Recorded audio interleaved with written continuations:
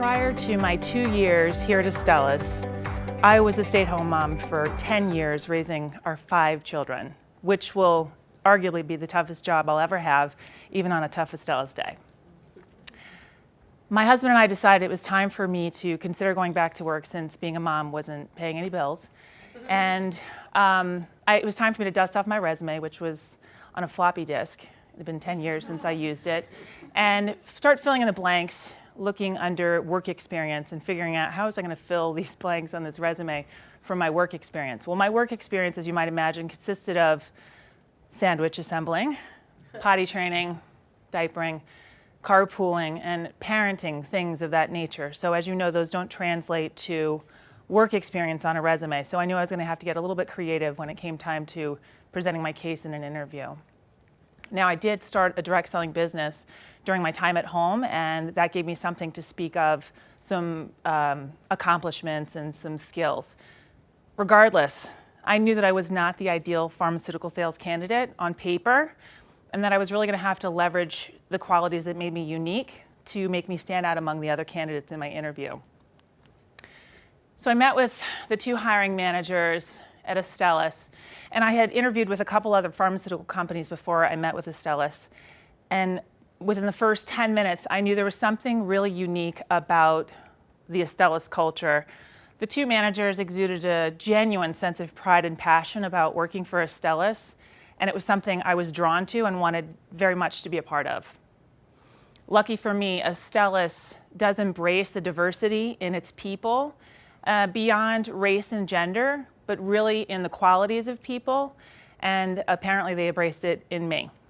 They took a chance on me. And I want to share a few more stories with you about how Astellas empowers its people in other ways. So a few weeks into my employment with Astellas, I was asked to attend orientation. I was so excited to take on this chapter of independence in my life. I was excited to fly without baggage and have a hotel room to myself, a bathroom, 3 square meals a day. It was easy to please me. But with that came a lot of angst and worry about how was I going to manage being a full-time mom of 5 active kids and a full-time employee. And I developed a lot of self-doubt and worry about my ability to maintain those 2 jobs and do either one of them well. Astellas leadership members came in to speak to the new hire class about their previous work experience prior to Astellas, as well as their work time at Astellas. And the nice thing about the Astellas leadership team is that they all wear their emotions on their sleeves to some degree. Everybody is relatable and transparent, and they'll share their highs and their lows with you, and they're very relatable. So as a new employee who's nervous and scared, and you see these leaders who are so successful in front of you, they seemed just like us, and I was able to relate to them. In particular, Lynn Gerber was one of the speakers, and she spoke about her experiences. Now, I'm connecting to her because she's a woman, she's a mother, and she thought she'd be a sales rep for life. And so I identified with her. So when she spoke, I had a heightened awareness and listening. And she said something that seems so simple when I tell you right now, maybe even cliche, but to me it was an aha moment. She said, "You don't have to wait to be successful." She said, "You can be successful on day 1." And I mean, this was like light bulbs and fireworks going off in my head, because I was making excuses for myself about why I couldn't be successful due to my time at home with my kids and how would I manage all this, and I hadn't been working in so long, and how was I going to use corporate words and office applications that I hadn't used in so long. So she had given me confidence and almost permission to be successful, and I worked with that confidence from that day forward, and I really appreciate that confidence that she gave me. I took it to my territory, which was in Brooklyn, New York. Now, as a stay-at-home mom, I drove in about a 20-mile radius for about 10 years to doctors' offices and schools and grocery stores. I really did not go outside of the suburbia that I lived in. So Brooklyn was a city. It was intimidating to me, and I was a little bit concerned about getting around. Now, when I got to Brooklyn, what I was not aware of was that my challenges were bigger than that. I didn't know Russian, and it was a predominantly Russian-speaking territory. And I didn't know how to park or drive in Brooklyn, and I owed about $600 in the first 3 months in parking tickets. So these are some challenges. The latter one was more important, that I figured out and overcame. Now, I did develop a sense of confidence because the conversations that I was having with my customers were real, and I knew that I was making connections, and I felt like I was making impact. But if you know a pharmaceutical sales job, then you know that you don't really see the impact of your numbers and your sales numbers until a few weeks later. So although I felt I was making impact, I really had no idea, and the numbers weren't moving, and my numbers happened to be in the bottom 10% of the nation. So I was a little bit defeated, to say the least. My manager, Bob, rode with me in the first month, and it was nice to have a co-pilot and somebody there to help me park and just give me advice on my calls. And he was there to justify my feelings, and I really appreciate his positive energy in the car that day, because he felt that I was feeling defeated, and he assured me that, you know, you are doing the right things, and you are going to make a difference, but you need to be patient. It's going to happen. So I really believe that not just that one car ride, but many car rides, emails, accomplishment announcements with the team, you know, just cheering me on, all these things led to my working like I was already successful.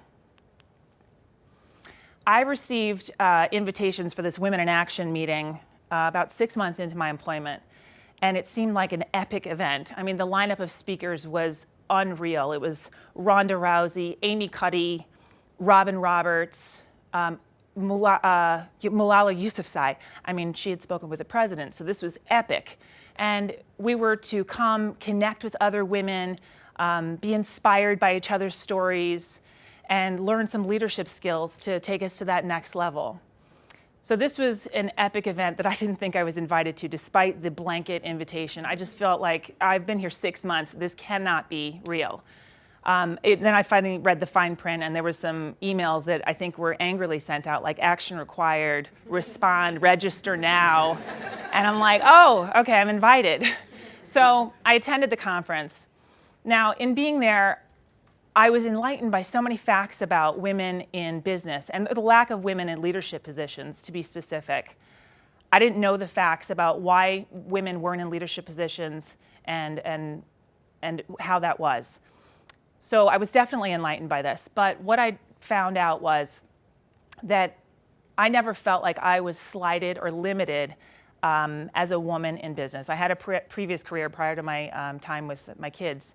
And I never felt like I was limited, or that I couldn't accomplish something, or that I didn't have equal rights to move forward in business. But what I discovered in this meeting was that I actually was limiting myself with my mediocre goals.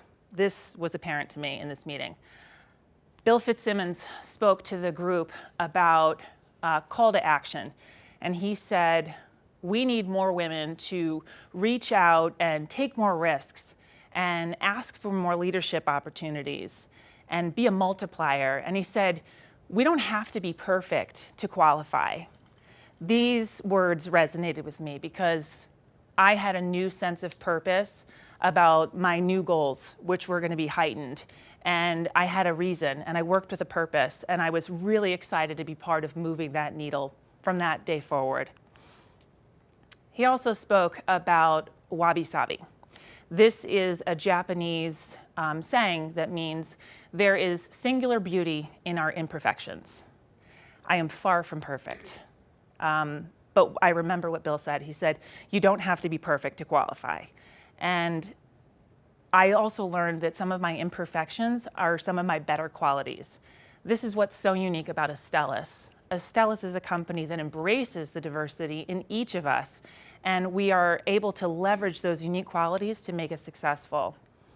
I'm so happy to know that my goals don't have to be mediocre.